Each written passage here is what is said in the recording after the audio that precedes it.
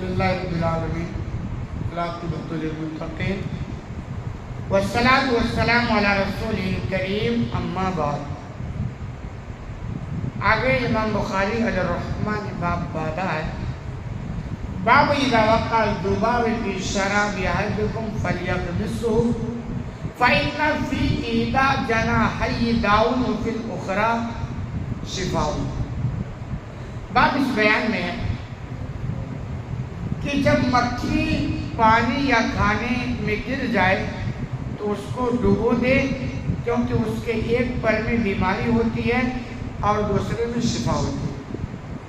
یعنی کہنا یہ چاہتے ہیں کہ ہماری زندگی میں مکھیوں سے سابقہ پڑتا رہتا ہے، بسا اوقات کھانے میں وہ گر بھی جاتی ہیں، تو اللہ کے رسول صلی اللہ علیہ وسلم کی رہنمائی یہ ملتی ہے کہ اس کو ڈبو اور نکال کر پھینک دو اور استعمال کرو۔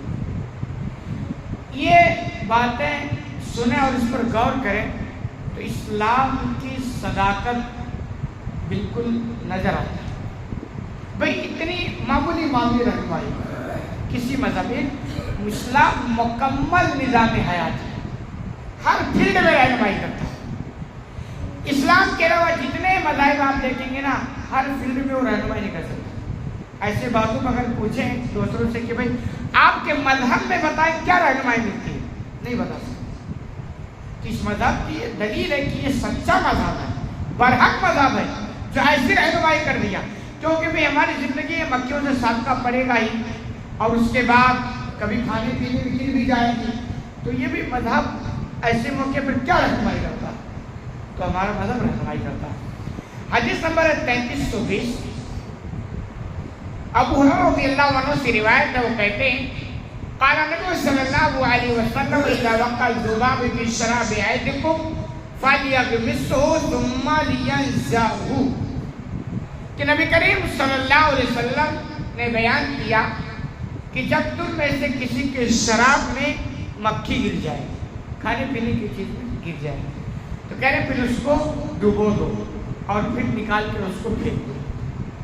غور کریں، یعنی ایک تو بات یہ کہ مکھی جب گر جائے، ایسا نہیں کہ بیٹھی تھی آپ کے کھانے پر، اب آپ اس کے پیچھے پڑے کہ صاحب اب اس کو پکڑ کر کے اور مار کر کے اس کو ڈبائیں، ان وہم میں نہ پڑے، بس اتنی کہ بھی اگر گر گئی تو اب اس کو ڈبا اور نکال کر پھینک۔ اور ڈبونا صرف ایسا نہیں کہ اس کو پکڑ کے مسل دیں اور اس کا سارا مٹیریل کھانے میں نکال، یہ بھی بس ڈبوئے اور نکال کر پھینک، یہ رہنمائی کرتی ہے۔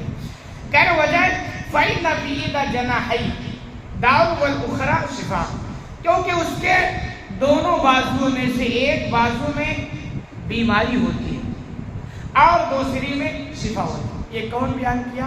نبی کریم صلی اللہ علیہ وسلم۔ آج دنیا اس کو مانتی ہے، کیونکہ سائنس نے بھی اس کو تسلیم کر لیا تو اس کو مانتی ہے۔ آج سے 1400 سال پہلے اس کی رہنمائی ہمیں کرتی ہے۔ بھئی نبی کریم صلی اللہ علیہ وسلم کوئی ڈاکٹر تو نہیں تھے، کوئی انجینئر تو نہیں تھے، کہیں جا کے کوئی پڑھائی تو نہیں کر کے آئے تھے۔ اس کا مطلب کہ رب نے ان کو بتایا اور آپ نے اپنی امت کو بتایا یہ چیز۔ ہم مسلمانوں کو کیا چاہیے کہ ایسی چیزوں پر عمل کرنا چاہیے۔ بس اوقات ہمارے سامنے ہوتا ہے نا، ہم عمل نہیں کرتے۔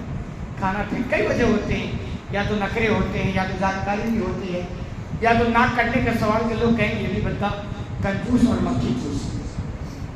تو اور واقعہ ایسے ہوتا نا، ابھی حدیث اور مجھے واقعہ بھی یاد آتا ہے۔ اب تجربات کی دنیا میں دیکھیں نا کیسے حالات بنتے ہیں جب لوگوں کو پتہ نہیں رہتا ہے۔ میرے بچپن کا واقعہ، مکھی کی چیز آ گئی نا، مجھے واقعہ یاد ہے، تقریباً 30 سال پہلے کا واقعہ ہے۔ تقریباً میرا بچپنا تھا، 5-7 سال کا رہا ہوں۔ میرے گھر کوئی مہمان آئے، بہت خاص مہمان یہ کہ ہمارے بانوئی اس وقت ان کی نئی شادی ہوئی تھی۔ اب ظاہر سی بات ہے، داماد اور سسرال کا کتنا زبردست رشتہ ہوتا ہے، خاص طور پر نئے جب ہو۔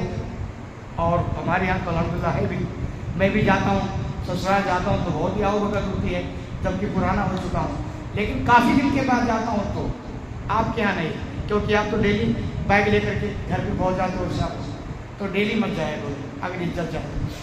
تو وہ بیچارے آئے تھے مہمان، بہت خاص مہمان، ان کے چائے کا انتظام کیا کہ دودھ والے، اس زمانے میں دودھ کا چلن چائے والا بہت کم تھا ہمارے دیہاتوں میں، تو ماشاء اللہ تو مطلب تھوڑی